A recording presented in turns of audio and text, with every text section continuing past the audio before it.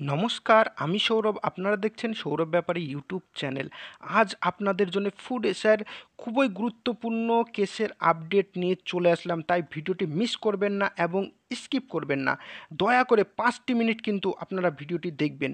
আর তার আগে একটি কথা বলবো, এই চ্যানেলে চাকরি সম্পর্কিত সব রকম নিত্য নতুন আপডেট দেওয়া হয়, তাই চ্যানেলটিকে সাবস্ক্রাইব করে পাশে থাকা বেল আইকনটি প্রেস করে দেবেন এবং ডিসক্রিপশানে আমাদের টেলিগ্রাম চ্যানেলের লিঙ্ক আছে, জয়েন হয়ে যাবেন।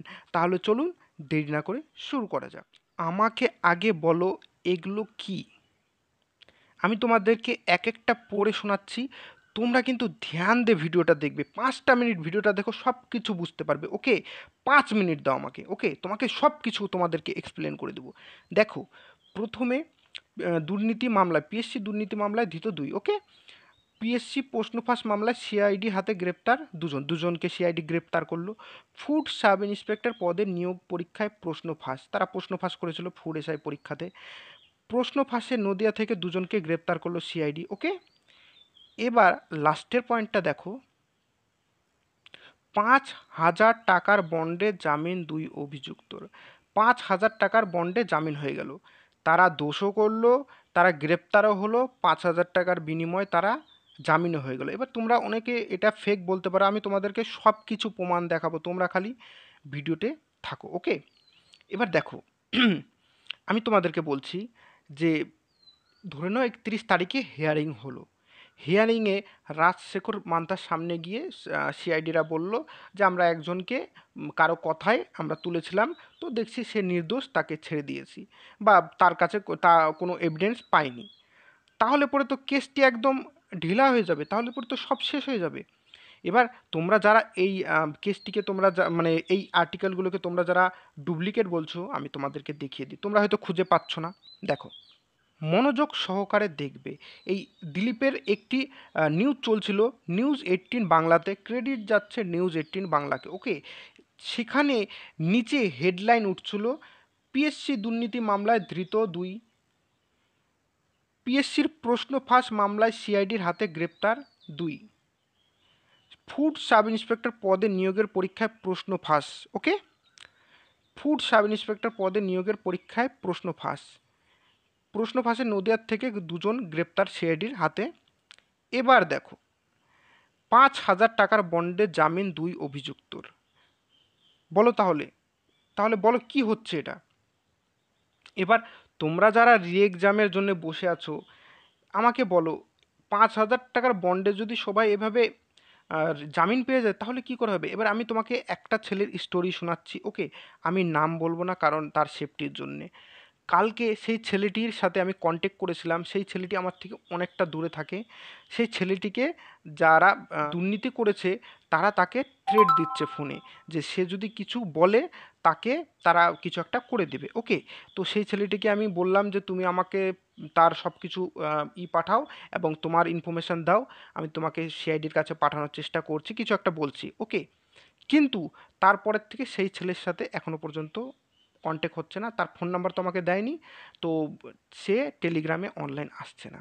সেটা এখন কি ব্যাপার, কি হলো না হলো আমি জানি না। এটা কিন্তু যদি সেই ছেলেটির কিছু হয়, ফুড এশিয়ার এন্টি কারাপশন ইউনিটের উপরে কিন্তু এই দোষটা যাবে। ওকে, তার কারণ হচ্ছে তাদের জন্য সে লড়ে ফুড এশিয়ার এন্টি কারাপশনে সে মেসেজ করেছিল। আমি চেষ্টা করলাম যে তাকে কিছু করে সিআইডির হাতে দেওয়ার, হয়তো সিআই বা থানায়, আমি তাকে বললাম যে একটা ডায়েরি করে নিতে, থানায় গিয়ে তুমি একটা ডায়েরি করে নাও। কিন্তু তারপর থেকে তার কোনো খোঁজ খবর নেই। যদি সেই ছেলেটি আমার ভিডিও দেখছো, আমাকে যোগাযোগ করো, কারণ আমি তোমার চিন্তায় আছি। এবার আমি মেন পয়েন্টে আসি। দেখো, তোমাদেরকে এক একটি পয়েন্ট খুলে আমি বলে দেবো, তোমরা শুধু ভিডিওটি মিস করবে না। ওকে, স্কিপ না করে কিন্তু ভিডিওটি দেখতে হবে। দেখো, এবার আমরা নিটের থেকে আলোচনা করি। দেখো, নিটের সাথে কিন্তু ফুড এশিয়ার সম্পর্ক আছে। ওকে, নিট, ওকে, ধ্যান দিয়ে দেখবে। নিটে কি হলো, নিটের রেজাল্ট বেরোলো ভোটের আড়ালে, 67 জন র্যাঙ্ক 1 হলো। আর যেই মার্ক মানে ম্যাথমেটিক্যালি পসিবল না, 718, 719 এরকম মার্কস নিয়ে তারা পাস করলো। কি করে সেটা পসিবল হলো বলো। ম্যাথমেটিক্যালি যেটা পসিবল না, সেটা কি করে পসিবল হয় আমাকে সেটা বলো। পরবর্তীতে জানা গেল কোর্টের অর্ডার অনুসারে যদি কারো রেজাল্ট দিতে লেট হয় তাহলে পরে তাকে এক্সট্রা গ্রেস মার্ক দেওয়া যায়। কিন্তু কোর্টের নির্দেশ অনুসারে এটা কিন্তু মেডিকেল ফিল্ডে কিন্তু হবে না। তাহলে তারা কোন আইন অনুসারে গ্রেস মার্ক দিল? এবার সুপ্রিম কোর্টে যখন কেসটি উঠলো, আলোক পান্ডে আরও অন্যান্য কোচিং সেন্টার থেকে বাচ্চাদের সাথে লড়াই করতে গেল। এবার আলোক পান্ডে যে কেস করলো, কেস করতে হবে বাচ্চাদের নামে, কোনো সময় টিচারের নামে কেস হয় না। তো তিনি কেস 8 জুলাইতে তার হিয়ারিং হবে, সেটা আমরা বাদ দিই, সেটা আমরা পরে আসবো। ওকে, এবার কোর্টের থেকে কি বলল যে 1563, আমার নাম্বার ভুল হতে পারে, তোমরা একটু যাচাই করে নেবে। 1563 জনকে তারা ভাবলো যে এদের এক্সামিনেশনে একটু গড়বড় আছে, তো তাদেরকে দুটো পদ দিল। একটা পথ হচ্ছে যে গ্রেস মার্ক কমিয়ে তাদেরকে পরীক্ষায় পাশ করানো হবে, এবং 2 নম্বর পদ দেওয়া হলো রি এক্সাম। ওকে, এটা কিন্তু সুপ্রিম কোর্ট থেকে দিয়েছে। এবার নেক্সট হিয়ারিং আছে 8 জুলাইতে।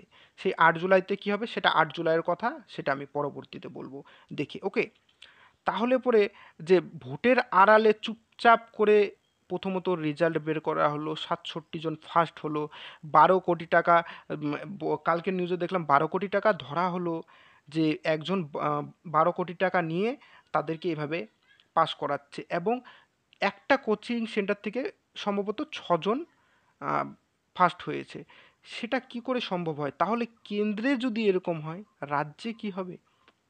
এবার এন্টি কারাপশন ফুড এসআই তোমরা যারা ইউনিট আছো, আমাকে একটা কথা বলো, তোমরা এই যে ছোট ছোট পদ যারা আছে তাদেরকে ধরছো, তাদের এরা এরা হচ্ছে ছোট ছোট মাছ, এদেরকে ধরে কোনো লাভ নেই।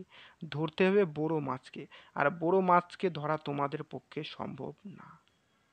কারণ বড় মাছই, মানে তাদের আমি নাম বলবো না, তাদের আমি কোনো আলোচনা করব না, তারাই হচ্ছে মেন খেলোয়াড়। তাদেরকে সিস্টেম থেকে কোনো দিন সরানো যাবে না। আমার হিসাবে কি করা উচিত ছিল, দেখো, কেস করলা, কেস লটকে থাকবে, 1 মাস লাগুক, 2 মাস লাগুক, 3 মাস লাগুক, বছর লাগুক, বছর পরে ধরুন একটা বিচার আসলো, ঠিক আছে, তোমাদের মানলাম আমি, রি এক্সামই হলো, ঠিক আছে। এবার ধরে নাও কেউ গিয়ে সুপ্রিম কোর্টের গিয়ে ঘন্টা বাজালো। সুপ্রিম কোর্টের ঘন্টা তো বাজাতে পারে কেউ, কারণ তোমাদের টাকা আছে, আরও তো লোকের টাকা আছে, তোমরা খাটনি করেছো, আরও তো লোক খাটনি করবে, তখন তো আবার তোমাদের রি এক্সাম আটকে যাবে। আর সুপ্রিম কোর্ট নিটের যেরকম বিচার দিল, সেরকম যদি বিচার দেয় যে যারা দুর্নীতি সিআইডির হাতে ধরা পড়েছে তাদের রি এক্সাম হোক, বাদ বাকি হোল্ড করে সব একসাথে পাবলিশ করা হোক রেজাল্ট। কিন্তু তার থেকে ভালো যুক্তি আমি তোমাদেরকে দিচ্ছি, দেখো, তোমরা প্রথমত সিআইডি যেই কাজ করছে করতে দাও। তোমরা চেষ্টা করো যে যেই সব জায়গায় দুর্নীতি হয়েছে, যেসব ছেলেরা দুর্নীতি করেছে, সেই সব ছেলেদের ব্যান করে দাও পরীক্ষার থেকে, পিএসসির কাছে সেটা দাবি করো। এবং রি এক্সাম না, যারা দুর্নীতি করেছে তাদের যদি রি এক্সাম নিতে বলো, নিতে পারো, আর যদি না নিতে চাও নাও নিতে পারো, কিন্তু যেখানে যেখানে দুর্নীতি হয়নি সেই সব জায়গাকার রেজাল্ট পাবলিশ করো। আর যে জায়গায় দুর্নীতি হয়েছে সেই সব জায়গাকার ছেলেপেলেরা যারা দুর্নীতিমুক্তভাবে পরীক্ষা দিয়েছে তাদের রি এক্সাম নাও। এই জিনিসটা করো, দেখো সবাই তাহলে মন শান্তি পাবে। না হলে পরে টাকাও নষ্ট, সব কিছু নষ্ট, তোমরা বড় মাছ কোনো দিন ধরতে পারবে না। সামনে ক্লার্কশিপ আসে, সামনে মিসলেনিয়াস আসে, দেখে নেবা, সেখানেও কোথাও না কোথাও দুর্নীতি হয়ে যাবে। তাহলে ভিডিওটি আর বেশি বড় করব না, ভিডিওটি এই পর্যন্ত তোমাদেরকে বোঝানোর জন্যে। তোমরা যদি রি এক্সাম চাও রি এক্সাম করাও, তোমরা যদি এই এক্সামে খুশি রেজাল্ট বের করবা সেটা তোমাদের ব্যাপার। আমি টিচার, আমার ব্যাপার তোমাদেরকে মতামত দেওয়ার। আর এই মতামতটা আমি কেন দিলাম, আমি সুপ্রিম কোর্টের মতামত অনুসারে দিলাম। ওকে, অনেকজন আমাকে কমেন্ট করবে আপনার মতামত ভুল, তাহলে সুপ্রিম কোর্টের মতামত ভুল, সুপ্রিম কোর্ট পাগল হয়ে গিয়েছে। ভিডিওটি দেখবার জন্য ধন্যবাদ। সাবস্ক্রাইব করবেন, প্রতি মুহূর্তের খবর আপনাদের সামনে আমি তুলে ধরি। ধন্যবাদ।